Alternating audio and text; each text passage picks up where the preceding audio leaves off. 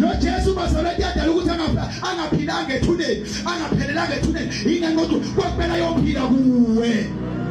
Ukuvuka kwakhe akona ukuvuka nje ethuneni sijalele ubukile ethuneni, kodwa sijalele ukuthi uphumile wadela ithuna wazophila kuwe.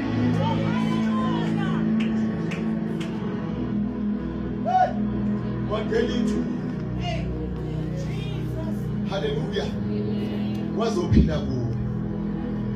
First thing lo Jesu akubonakala ngasiduku inyama. Bangabona isinyama. Lisifika uNkulunkulu bafika nezindwangu esikakade simbophileyo simbhadisha isiduku. Lithi basifika phansi kodwa yena engasekho. Indwangu zisho ukuthini bazalwane?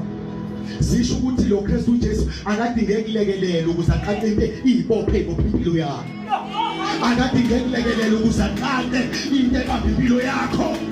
No matter how much you are so blinded kangakanani, no matter how much you are ubophekela kangakanani, kodwa uJesu akada unamandla.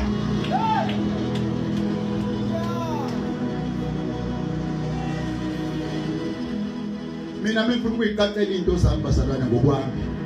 Wami umqondo ngamamandla. Yento nephathekayo yekubani, yemalini, thatha amalungu, enze yonke into into zami.